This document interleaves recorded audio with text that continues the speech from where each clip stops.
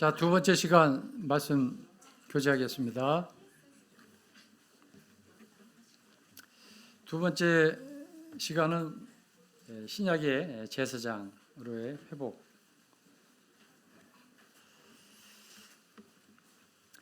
제사장 그 제도의 유래에 대해서 다 아는 말씀이십니다만 다시 한번 이렇게 말씀드리겠습니다. 아담이 이제 타락한 이후로 아담에서부터 노아 홍수 전까지는 각각의 사람이 이제 제사장이 되어서 자신을 위해서 개인적으로 하나님께 예물을 드렸습니다. 노아 홍수 이후에 족장 시대에 이르기까지 남자가 가정의 제사장이 돼서 하나님께 제사를 드렸습니다. 그래서 우리는 노아라든지 욥이라든지 또 아브라함, 야곱 이런 사람들을 통해서 그러한 예를 찾아볼 수가 있습니다. 출애굽기 19장 5절 6절을 한번 찾아보겠습니다. 이스라엘 민족을 이제 개인에서 이제 민족으로 제사장 왕국으로 부르셨는데 출애굽기 19장 5절 6절 세계가 다 내게 속하였나니 너희가 내 말을 잘 듣고 내 언약을 지키면 너희는 내 민족 중에서 내 소유가 되겠고 너희가 내게 대하여 제사장 나라가 되며 거룩한 백성이 되리라. 너는 이 말을 이스라엘 자손에게 전할지니라. 제사장 왕국, 거룩한 민족이 되리라. 출애굽한 직후에 이제 하나님께서는 이스라엘 민족을 제사장 나라로 부르시면서 세 가지의 특권을 약속하셨습니다. 이스라엘 민족이 이제 하나님 말씀에 순종하고 언약을 지킨다면은 첫 번째 특별한 소유한 보물이 될 것이다. 내 소유가 될 것이다. 두 번째 제사장 왕국, 제사장 나라가 될 것이다. 세 번째 하나님을 위하여 열방 가운데 구별하신 거룩한 민족, 거룩한 백성이 되게 하시겠다고 약속하셨습니다. 하나님께서는 이스라엘 민족을 열방 가운데서 여호와를 왕으로 섬기는 왕국의 백성으로 부르시고 하나님이 제사장이 돼서 하나님을 경배하며 섬기는 놀라운 특권을 주시기를 원했습니다. 그러나 아시는 대로 이스라엘 민족이 불순종하여 언약을 지키는데 실패함으로 이 특권을 거두셨습니다. 상실한 거죠. 그 다음에 이제 아론의 가족을 제사장으로 하나님께서 부르십니다. 그러나 하나님께서 은혜를 주셔서 이제 모세를 통해서 이스라엘 민족에게 율법을 주시면서 레위 지파를 선택하여 자신의 성막에서 섬기게 하십니다. 또 레위 지파 중 아시는 대로 아론의 가족을 제사장으로 부르셔서 하나님께 드리는 예물과 제사를 드리도록 정하셨습니다. 그러나 이제 안타깝게도 구약의 이 제사장 제도를 폐하십니다. 신약으로 와서 마태복음 26장 65절입니다. 마태복음 26장 65절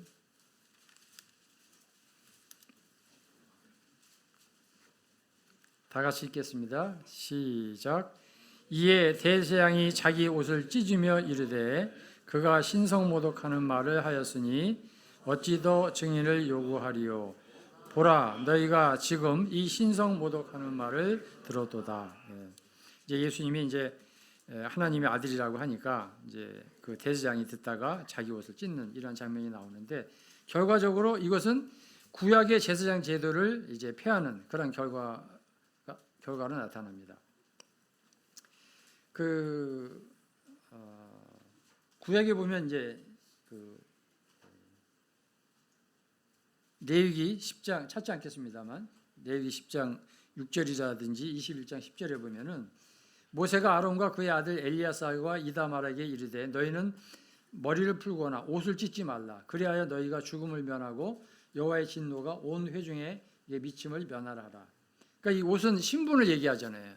그러니까 제사장이 옷을 찢었다는 것은 더 이상 자기가 제사장 역할을 못한다는 거죠. 그러니까 하나님께서 예수님을 통해서 이 제사장 제도를 이제 끝마치도록 이것을 이제 폐하는 그러한 역할을 하게 되는 것을 봅니다.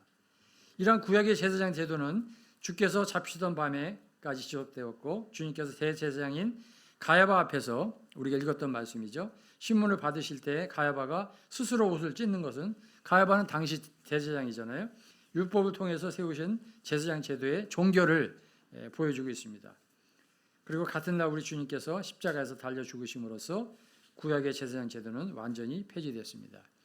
또 이어서 나오지만 이제 주님이 죽으실 때 성소의 휘장이 위에서 아래까지 찢어졌다. 이것도 이제 같은 맥으로 이렇게 이어지는 것을 보게 됩니다. 자, 그러면 이 대제사장에 대해서 구약의 대제사장과 신약의 대제사장에 대해서 또한 살펴보도록 하겠습니다. 구약은 이제 이 아론의 계통을 따른 대제사장과 멜기세덱의 계통을 따른 이 그리스도의 대제사장의 차이를 우리가 살펴볼 수 있는데요. 구약의 이 대제사장은 히브리서 찾지 않겠습니다만 5장 1절로 4절에 보면 대제사장마다 사람 가운데 택한 자이므로 하나님께 속한 일에 사람을 취하여 예물과 속죄하는 제사를 드리게 하나니 그가 무식하고 미혹된 자를 능히 용납할 수 없는 것은 자기도 연약에 휩싸여 있음이라. 그러므로 백성을 위하여 속죄제를 드린 것 같이 또한 자신을 위하여도 드리는 것이 마땅하니라. 이 종기는 아무도 스스로 취하지 못하고 오직 아론과 같이 하나님의 부르심을 받은 자라야 할 것이니라. 이제 구약에는 이제 아론 대제사장에 대한 부분이 나오는 거죠. 이 구약의 대제사장은 사람을 대표하여 사람들을 위하여 섬기도록 사람들 가운데서 취했고 두 가지 이제 기능을 가졌죠. 첫 번째는 사람들에 대해서 하나님께 속한 일들, 곧 사람이 하나님께 대한 책임을 가져야 하는 문제들과 관련하여 하나님과 사람 사이에 첫 번째 이제 중보자가 되었던 거고, 두 번째는 하나님께 대해서는 사람들을 대표하여 감사의 예물과 제도를 속죄하기 위한 희생 제물을 드렸습니다. 자, 그러면 이제 이 그리스도의 대제사장에 대해서 계속 이어지는 이제 히브리서 5장 6절 말씀을 좀 살펴보겠습니다. 한번 찾아보죠. 히브리서 5장 6절.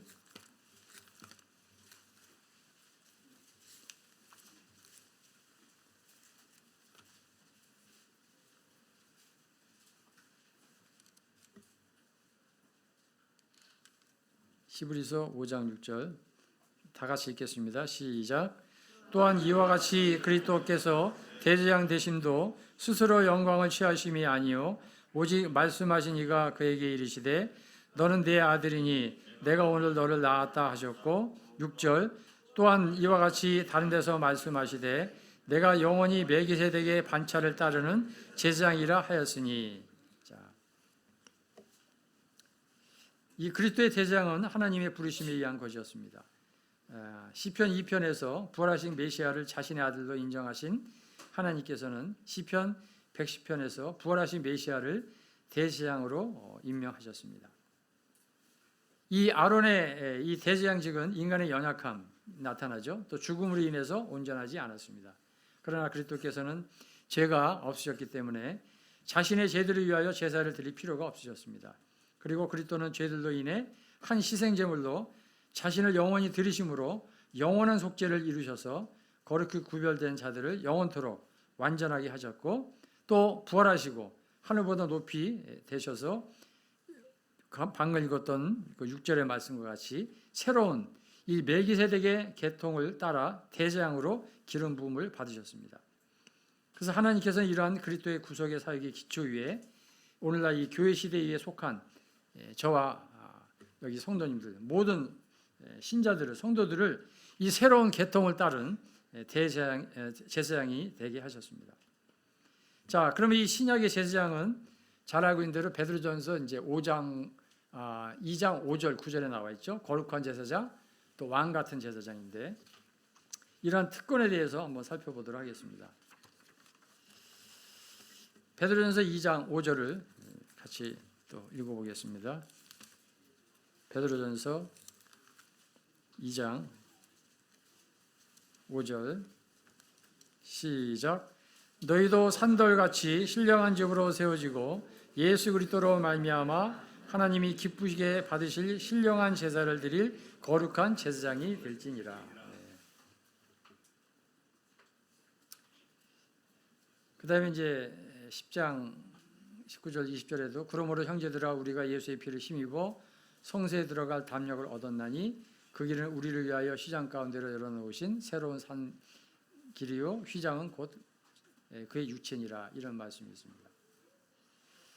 또 21절로 22절에 보면 또 하나님의 집 다스리는 큰 제사장이 계심에 우리가 마음의 뿌림을 받아 악한 양심으로부터 벗어나고 몸은 맑은 물로 씻음을 받았으니 참 마음과 온전한 믿음으로 하나님께 나아가자.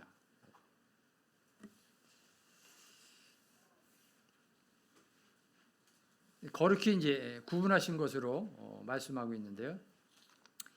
이 영적 희생물을 드리는 이 거룩한 제사장, 신약의 이 첫 번째 특징이 이제 거룩한 제사장이죠.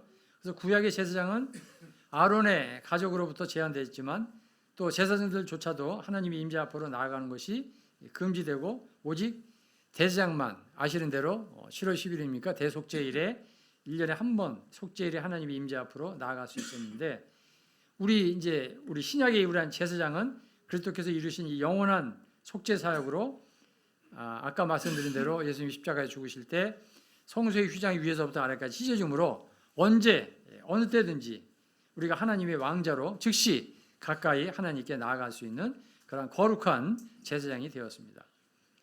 그래서 이 거룩한 제사장의 첫째 임무는 영적 희생물을 드림으로써 하나님을 섬기는 것이고 구약의 제사장은 모세의 율법을 따라 동물이나 새나 음식이나 또 소재, 이 헌물을 드렸지만 신약의 제사장은 이 영적인 이러한 희생물을 드려서 하나님을 섬길 수 있게 되었습니다.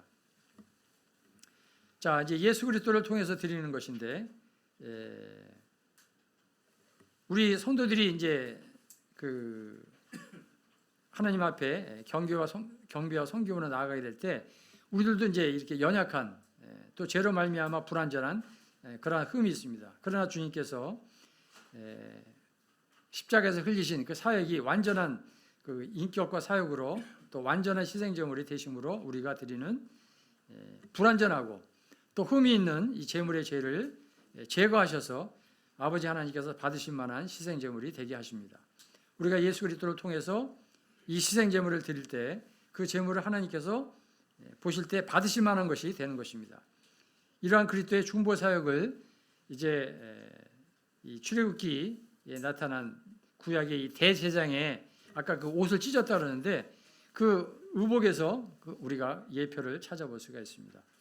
출애굽기 잠깐 다녀오겠습니다. 출애굽기 28장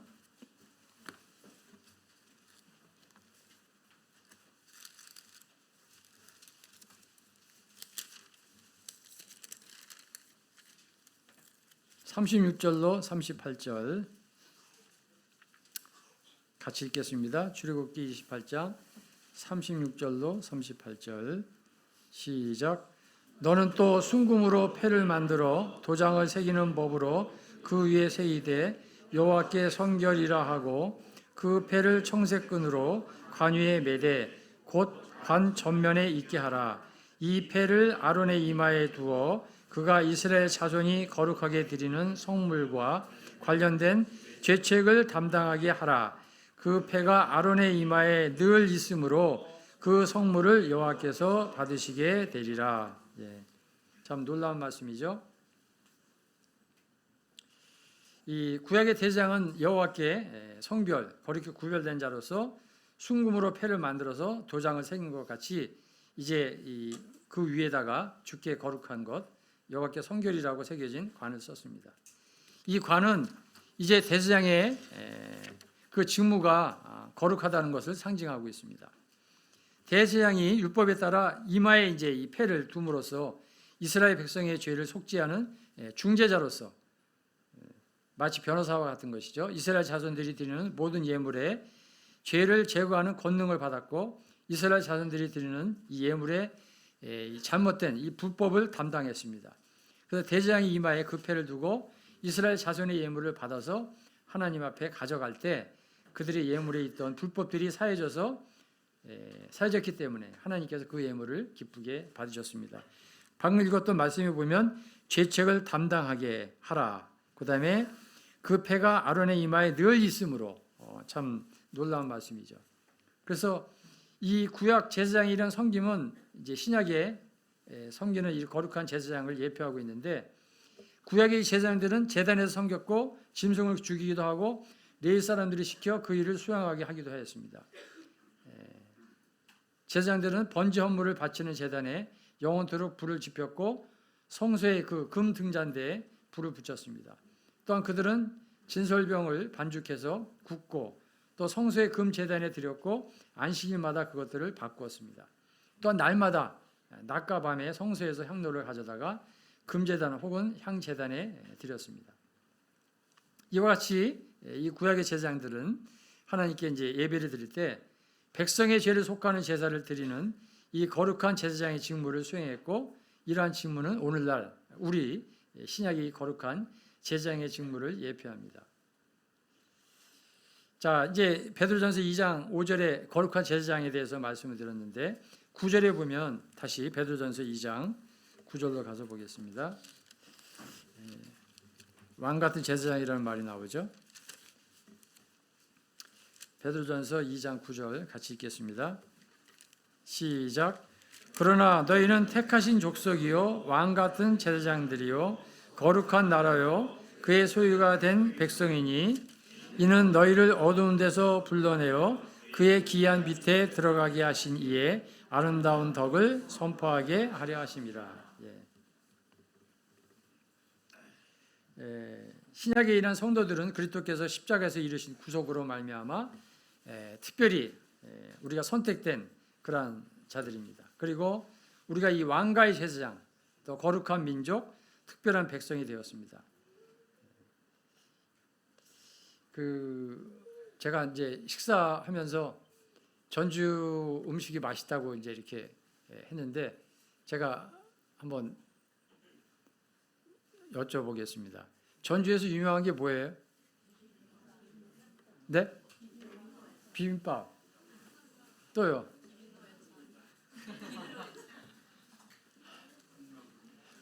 콩나물국밥. 죄송합니다. 우리는 땅에 속해 있는 사람이 아니고 하늘에 속해 있는 사람이니까 여기 왕 같은 제사장이라고 했잖아요. 전주 양반. 보통 다른 데서 그런 말을 많이 하거든요. 전주 양반이구먼. 여기 왕족이잖아요. 아시죠? 이시조선. 그죠? 그러니까 전주하면 뭐가 유명하냐? 전주 양반인데 조금 성경적으로 얘기하면 우리 여기 왕 같은 제사장이잖아요. 왕가라 왕가. 왕가의 제사장이란 말이죠. 우리가 거룩한 제사장이면서 왕가의 제사장이라는 거예요. 왕족. 그 집안이 왕족이에요. 우리 전주가 이 왕가잖아요. 여기가 왕가. 우리는 그 구약의 제사장과 비교할 수 없는 거룩한 제사장이면서 왕가의 제사장이라는 거예요. 이러한 특권을 누리시기 바랍니다. 그래서 다음부터는 전주에서 유명한 게 뭐죠? 비빔밥 이렇게 나오면 안 되는 거예요. 그건 땅에 속한 사람이야. 전주에서 유명한 거 하면은 왕가의 제사장이다. 그래서 이 특권은 일찍이 이스라엘 자손들에게 약속하셨던 특권이고, 그러나 이스라엘 민족은 이 불순종으로 실패했잖아요. 제쳐졌잖아요. 그래서 이 특권을 갖는 지위를 이스라엘들이 상실했지만 오늘날 이 교회가 이 은혜의 자리를 차지하고 있는 거예요. 우리는 멜기세덱의 반차를 따든 멜기세덱이 왕이잖아요. 그죠? 우리 왕가라고요. 그래서 어깨에 힘을 좀 넣으시고, 그래서 이 장자권의 특권, 이 왕가의 제사장은 출애굽기 13장 2절에 보면 이스라엘 자손 중에서 사람이나 짐승을 막론하고 태어나 처음 난 모든 것은 다 거룩히 구별하여 내게 돌리라. 이는 내 것이라 하시니라. 자녀이면 상속자, 곧 하나님의 상속자요 그리스도와 함께하는 공동 상속자자. 우리가 그리스도와 함께하는 상속자예요. 공동 상속자. 자, 구약 시대에 처음 태어난 자, 남자들, 맏아들, 장자는 하나님께 거룩히 구별되어 드려짐으로써 하나님께 속한 자가 되었으며 동시에 자기가 태어난 집안에 제사장으로서 자신이 속한 집안을 대표했습니다. 장자가 아니었던 레위 지파가 제사장이 된 유래를 살펴보면 원래 장자권은 야곱의 12아들이 있었죠. 근데 루벤은 어떻게 해요? 아버지 심상을 더럽혔기 때문에 제쳐져서 장자권에 속한 권리 가운데 이제 상속 유산은 오히려 요셉 지파로 넘어갔습니다. 그리고 통치권은 유다 지파에게로 넘어갔습니다. 그래서 예수님, 그 다음에 이 제사권은 레위 지파에게로 주어졌습니다. 이와 같이 구약의 제사장은 아론의 계통을 따라 제사장이 되었기 때문에 이 왕가의 제사장이 될 수가 없었습니다. 왕가의 제사장이 되려면 오직 왕이자 제사장이 있던 아까 말씀드렸던 이 멜기세덱의 계통을 따르는 새로운 계통에 속한 자가 되어야만 한다는 것입니다. 그래서 우리 오늘날 이 전조 기린도 성도들뿐만 아니라 이 신약의 성도들은 그리스도 예수 안에 있는 이 구속으로 말미암아 거룩히 구별되어 하나님의 것이 된 거예요. 너는 내 것이라. 그다음에 신약의 성도들은 예수 그리스도를 통해서 하나님의 아들로 우리는 이제 입양이 된 거예요. 우리 양아들이 된 거예요. 그다음에 받아들이신 우리 형님 예수님 그리스도와 함께 우리는 왕가의 가족이 된 거예요. 그리고 그리스도와 함께 공동 상속자가 된 거예요. 유업을 받을. 그래서 장자권을 소유함으로써 우리는 이제 제사장이 된 것입니다. 그래서 이 왕가의 제사장이 됐다면 이런 특권을 받았다면 뭐가 있어요? 제가 좋아하는 말이 책임과 특권이에요. 특권과 책임. 우리는 이 엄청난 특권을 받았으면 여기에 따른 책임을 다해야 되는 거예요. 이 거룩한 제사장의 책임이 하나님께서 받으실 만한 영적 희생물을 하나님께 드리는 것이라면 이 왕가의 제사장의 책임은 어둠에서 불러내어 주님의 그 놀라운 빛 안으로 들어가신 분께 대한 찬양을 전하는 것입니다. 이 왕가의 제사장은 하나님의 증인입니다. 이전에 우리는 죄와 수치의 어둠 속에서 더듬고 살았는데 이제 하나님께서는 그러한 우리를 건져내셔서 사랑하는 아들의 왕국 안으로 옮겨주셨습니다. 그죠? 그러므로 우리는 왕가의 제사장으로서 우리를 어둠에서 불러내어 그분의 놀라운 빛 안으로 들어가게 하신 분의 뛰어나심을 우리는 이제 증거할 책임이 있는 거예요. 이 모든 일을 행하신 분을 큰 소리로 찬양하고 증거하는 것은 우리에게 마땅한 섬김인 것입니다. 자, 이 구약의 레위파의 이런 섬김, 신약 왕가의 제사장과의 이런 예표를 또 말씀드리면 레위 지파는 예물과 속죄의 제사를 담당했던 제사장들과 구별된 직무를 수행했습니다. 레위 지파는 성막이 세워지던 때에는 성막과 그 안의 기구들을 옮기는 일을 맡았으나 성전이 세워진 후에는 문이라든지 거룩한 그릇, 진설병, 또 노래하는 거, 악기를 연주하는 거, 또 백성을 가르치는 일, 또 때로는 이제 율법을 연구하는 그런 일도 생겼습니다. 그러니까 그 구약에서 이제 제사장과 레위 이런 차이거든요.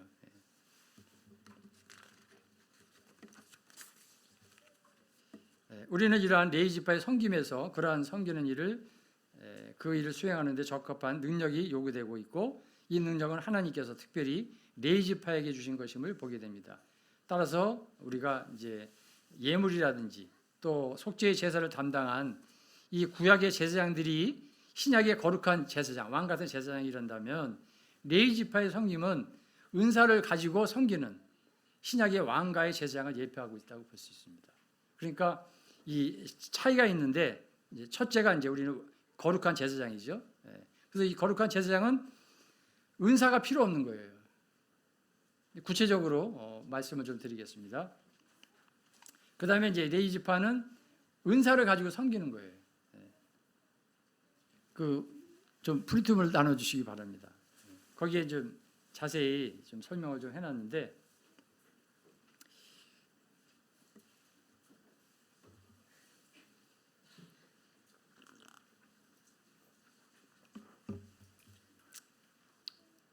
제가 미리 나눠드리지 말아라 그랬어요.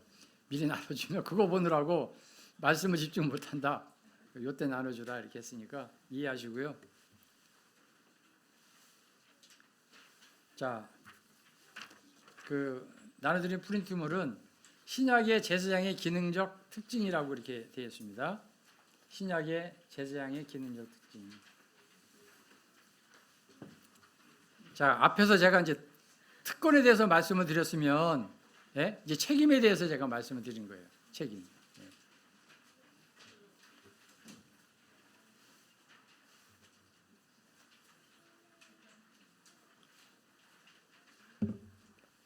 자, 거기 보겠습니다. 자, 받으셨죠?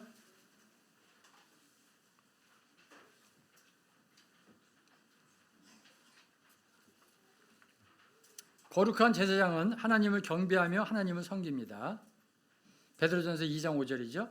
그런 성소로 들어가서 예수 그리스도를 통해서 하나님께서 받으실 만한 영적 희생물을 드립니다. 이 기능은 구원받은 모든 성도가 갖는 장자권의 특권이죠. 또 모든 성도의 공통된 분기시고 이 세상에서와 뿐만 아니라 영원에서 성도가 갖는 최상의 특권이고 최고의 섬김입니다. 이와 같이 거룩한 제사장은 신분적인 특권에 속하므로 은사와 관련이 없습니다. 신분이기 때문에 이거 변하지 않는 거예요. 이 거룩한 제사장은. 자, 그 다음에 두 번째 이 왕가의 제사장 베드로전서 2장 9절은 사람을 섬깁니다. 거룩한 제사장은 하나님을 섬기죠. 그러나 이 왕가의 제사장은 사람을 섬깁니다.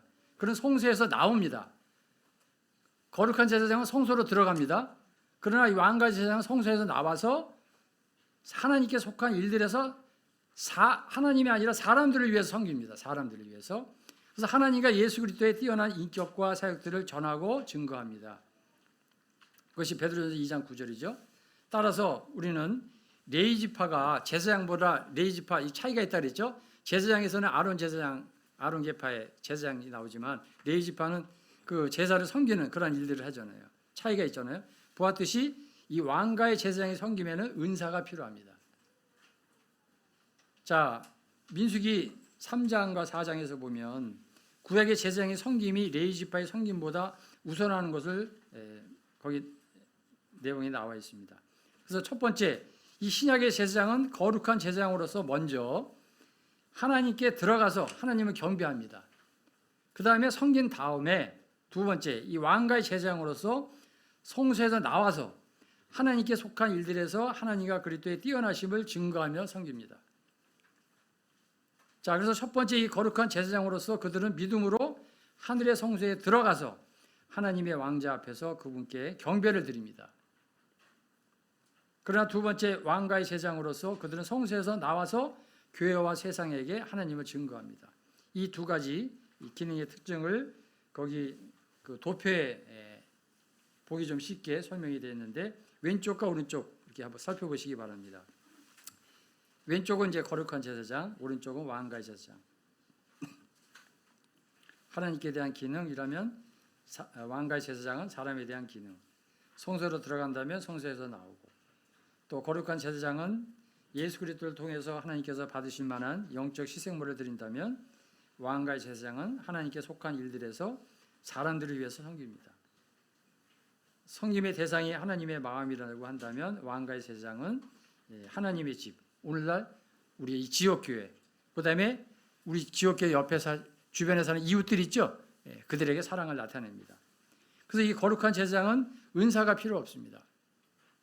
그러나 왕가의 제사장은 은사가 필요합니다. 그러니까 전도자가 필요하고 교사가 필요하고. 자, 그 다음에 이 지역교회와의 이 집회와 제사장의 직무에 대해서 말씀드리겠습니다.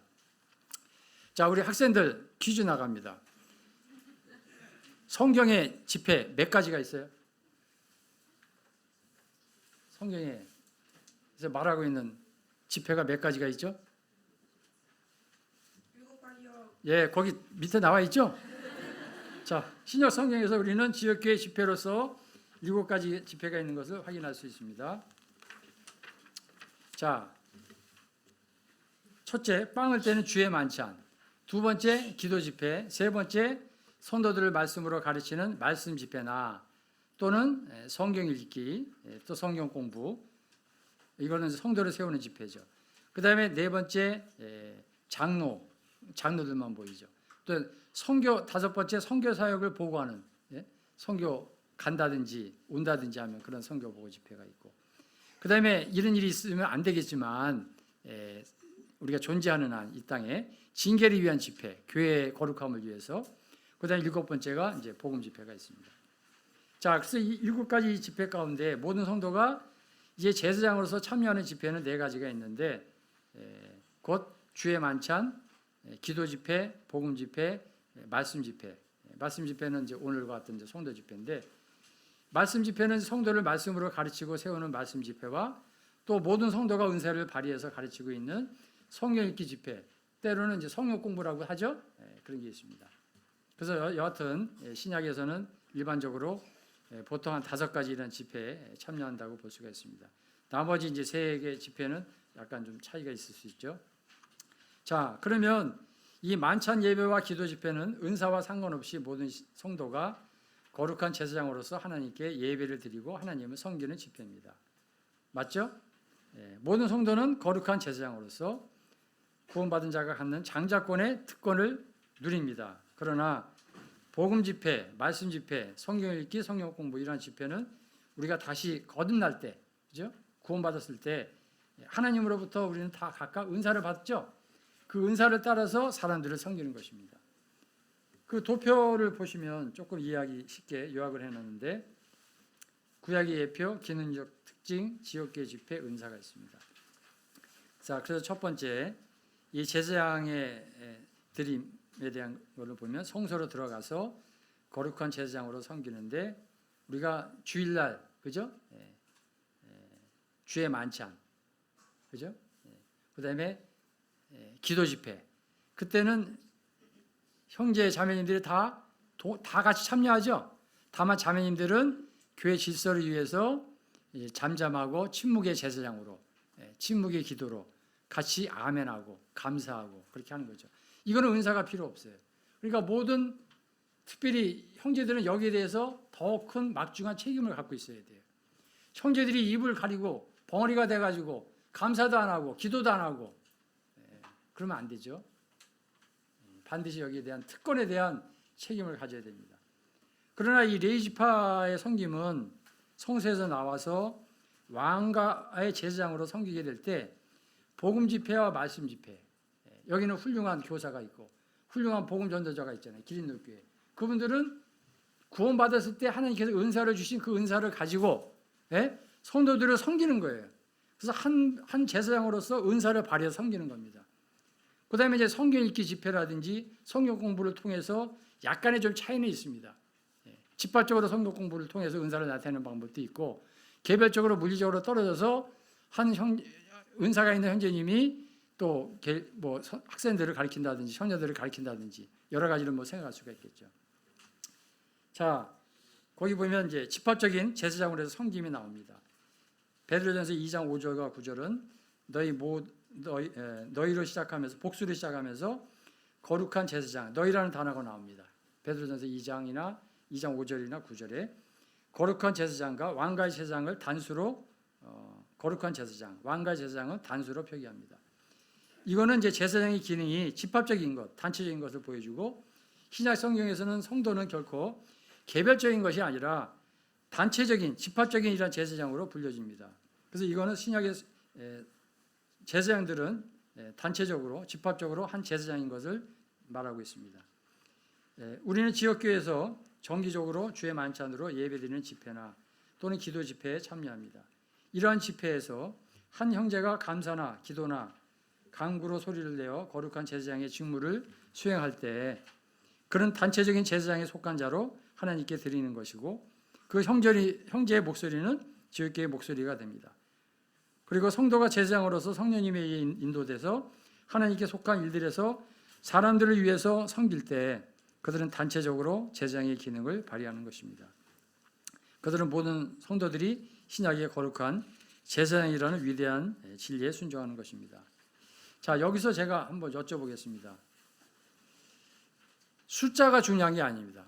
네, 죄송합니다. 기린노교회 식구가 많으니까 너무 좋은데, 근데 숫자가 중요한 건 아니라는 거예요. 자, 두세 사람이 내 이름으로 모인 곳, 모여지는 곳, 그걸 주님이 교회라고 얘기하는데, 기린노교회는 제가 잘 몰라요. 함부로 얘기할 수 없는데, 말씀들을 얼마나 사모하는지 수요일날 2시간, 금요일날 2시간 이렇게 한다고 합니다. 지금 기도 집회를 수요일날 같이 하고 있는 거죠? 네, 다행이네. 근데 이제 저희 같은 경우는 수요일 날 성도 집회를 주로 하는 편이고 금요일 날 이제 기도 집회를 하는 경우예요.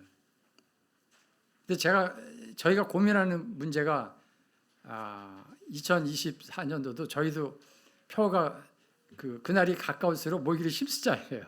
히브리서 10장 24절 25절인데 주일날 만찬 예배 시간에는 형제들이 그래도 나름대로 준비하고 긴장해가지고 주님 앞에 감사드릴 걸 가지고 나오는데 왜 금요일날 기도 집회 시간에는 형제들이 기도할 걸 가지고 나오지 않느냐는 얘기예요. 여기 우리가 말씀에 보면 그죠? 우리는 거룩한 제사장으로서 은사가 필요 없이 우리는 거룩한 제사장의 그런 특권을 가지고 주님 앞에 나왔을 때 당연히 입을 열어서 감사 예배를 드릴 뿐만 아니라 당연히 입을 열어서 주님 앞에 기도의 제목을 가지고 나와서 일주일의 삶 가운데 힘들었던 일, 좋았던 일, 또 주변에 연약한 성도들의 기도 제목을 듣고 나와서 감사로 주님 앞에 간절히 기도를 드려야 되는데 기도 시간에는 기도 드리는 숫자가 적고 기린도 교회를 뭐라고 하는 게 아니에요. 지금 제가 제 교회 얘기하는 거예요. 그래서 우리가 이런 말씀을 통해서 들을 때 우리는 이 엄청난 특권을 받았는데 여기에 대한 책임을 기도 집회는 뭐 그냥 대충 해도 되고 뭐 더 안 나와도 되고 이런 건 아니다. 그래서 그것 때문에 고민을 많이 하고 있습니다. 그러니까 주일날 가장 뭐 100% 모인다고 한다면 예를 들어서 100%도 안 되지만 모인다고 하면 수요일날 모이는 숫자하고 금요일날 모이는 숫자하고 이 프로테이지가 틀린 거예요. 근데 주님은 그날이 가까우면 볼수록 더 그리하자고 그랬잖아요. 근데 우리는 그 특권은 다 누리면서 이 책임을 다하지 않는 뭔가 밸런스가 맞지 않는 이것을 우리가 회복해야 되지 않는가.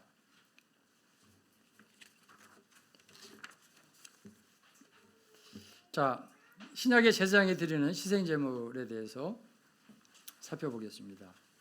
이 거룩한 제사장의 희생제물은 뭐냐? 로마서 12장 1절에 보면은 잘 아시는 말씀이죠. 그러므로 형제들아 내가 하나님의 모든 자비하심으로 너희를 권하노니 너희 몸을 하나님이 기뻐하시는 거룩한 산 제물로 드리라. 이는 너희가 드릴 영적 예배니라. 그래서 우리 모든 성도는 공통적으로 이 장자권의 특권인 거룩한 제사장으로서 먼저 자신을 하나님께서 받으실 만한 살아있는 생선도 생물이 비싸잖아요. 하나님께서 그걸 원하시거든요. 살아있는 희생물로 드려야 합니다. 이것은 우리 성도에 합당한 섬김이고 영적인 예배죠. 이러한 섬김은 개인적인 것과 또 집합적인 이런 섬김을 모두 포함합니다. 또한 찬양의 희생이 필요한데 히브리서 13장 15절에 보면 그러므로 우리는 예수로 말미암아 항상 찬송의 제사를 하나님께 드리자. 이는 그 이름을 증언하는 입술의 열매니라.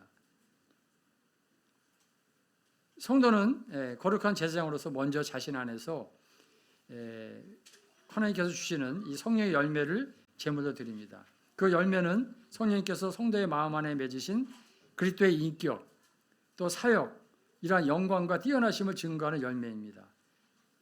성도가 자신을 드릴 때 찬양의 희생, 곧 그분의 이름에 감사를 드리는 우리 입술의 열매로 이어집니다.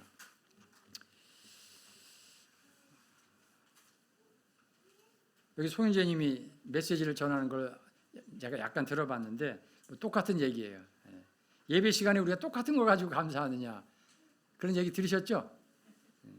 우리가 초등학교 때가 있고 중학생 때가 있고 고등학생 때가 있고 대학생 때가 있고 성인이 있잖아요. 이게 우리가 그 업데이트, 이게 자꾸 업데이트가 돼가지고 업그레이드라고 합니까? 다시 또 올라가야 되잖아요, 수준이. 그래서 우리는 가장 단순한 감사의 표현을 올바르게 인식해야 하는 한편 하나님께서는 그리스도를 올바로 인식하는 능력을 가지고 그분의 인격과 사역의 영광과 뛰어나심 안으로 들어가는 자들이 단지 이 죄들의 용서나 영생의 확신의 축복에 대해서만 감사하는 게 아니라 주 예수 그리스도의 인격과 사역에 보다 더 높이 고양되기를 기대하시고 하나님께서 원하십니다. 그래서 우리가 받은 것에만 전념하는 것은 낮은 수준입니다. 높은 수준에 대한 것이 아니라 그리스도의 인격의 가치와 그리스도의 그분의 사역에 대한 하나님이 기뻐하시는 것, 그것을 드러내는 것에 대해서 훨씬 더 높은 수준의 그런 참된 예배로 나아가는 것입니다. 그래서 이것은 성령님의 활동과 일치가 되는데, 그러니까 성령님의 충만은 말씀 충만이거든요. 그러니까 말씀을 보면 하나님께서 때에 맞게 주시거든요. 그걸 가지고 자꾸 드려야 되는데 1년 365일 똑같은 거를 드리면 안 되죠. 그래서 우리의 인격과 우리의 찬양이 그분께 드려졌을 때 우리의 소유를 드리는 기쁨이 있을 것입니다. 자, 그러면 첫 번째 이제 거룩한 제사장의 희생제물을 말씀드렸다면, 두 번째 이 왕가의 제사장이 드리는 희생제물에 대해서 말씀드리겠습니다.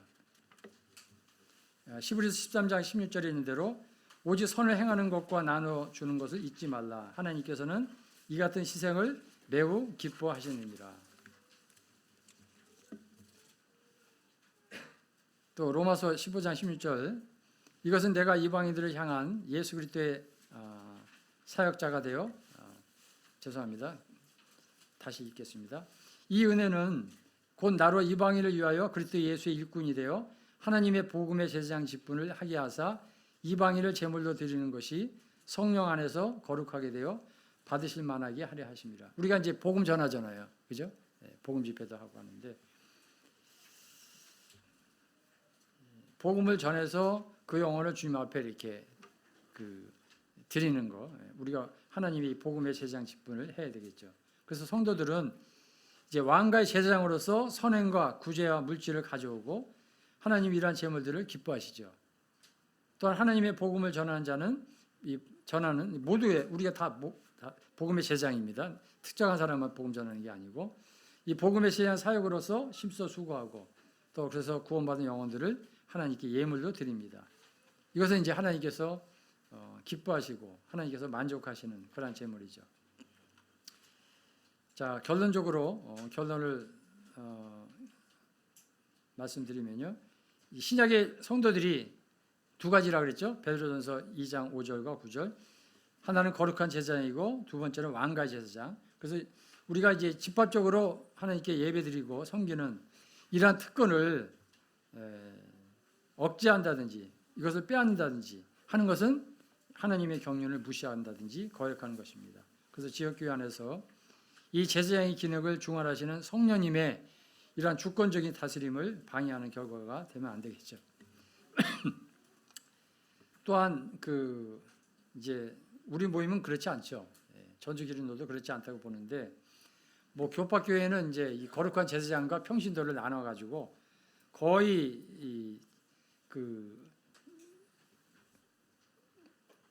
평신도들은 이제 하지 못하게 하고 이제 그러한 높은 위치에 있는 그러한 이제 자들이 그런 인도자들이 이제 그런 것들을 하게 되는데, 그러한 제도권에서는 이제 이 제사장의 특권을 빼앗는 그런 결과를 가져오게 되죠. 또 때로는 우리 성도들이 여기에 대해서 제가 말씀드린 대로 특권이 있으면 책임이 있다 그랬잖아요. 형제님들이 그런 얘기도 하잖아요. 우습게 형제들이 안 하면 자매님들이 해야 되느냐 뭐 그런 얘기도 있는데, 봉어리 제사장이 되면 안 되거든요. 그러니까 자매님들은 형제님들을 세워서 짧게라도 감사하도록 그렇게 해야 되는데, 그것을 하지 않는다든지 아니면 이제 저도 이제 나이가 조금 먹었는데 나이 든 분들은 이 말을 많이 하거든요. 그러니까 아는 게 좀 많거든요. 그러니까 기도도 길게, 감사도 길게, 그러다 보면 다른 분들이 못 하는 거예요. 절제해야 되는데, 그렇게 되면 무슨 결과가 나오냐? 때로는 또 형제님들이 안 하면 결과적으로 이거는 그 몇몇의 인도자들만 이렇게 일꾼들만 하게 되고 성도들은 안 하게 되는, 그 결과적으로 하나님께서 원치 않는 그러한 모습으로 가게 된다는 거죠. 교회가. 그러면 안 되는 거거든요. 그 성령을 회복하는 것이고 하나님께서 원하는 게 아니거든요. 그래서 제사장의 직무를 실행하는 우리 성도들은 결단코 이러한 일에 참여해서는 안 되는 것입니다. 그래서 주님이 미워하시는 거기 때문에, 그래서 이제 주님 오시는 날까지 이 신약의 제사장의 그 회복에 대해서 말씀을 드렸는데, 이 영광스러운 특권을 전주기린교회가 지키고 보존하기 위해서 주님께서 주신 이 양식과 규례에 따라서 거룩한 제사장으로서 하나님께 경배드리고 섬기고, 또 오늘 전주가 뭐가 유명하다고요? 역시 전지그린너교회 왕가입니다. 왕가. 그래서 이 왕가의 제사장으로서 하나님을 증거해야 합니다. 감사합니다.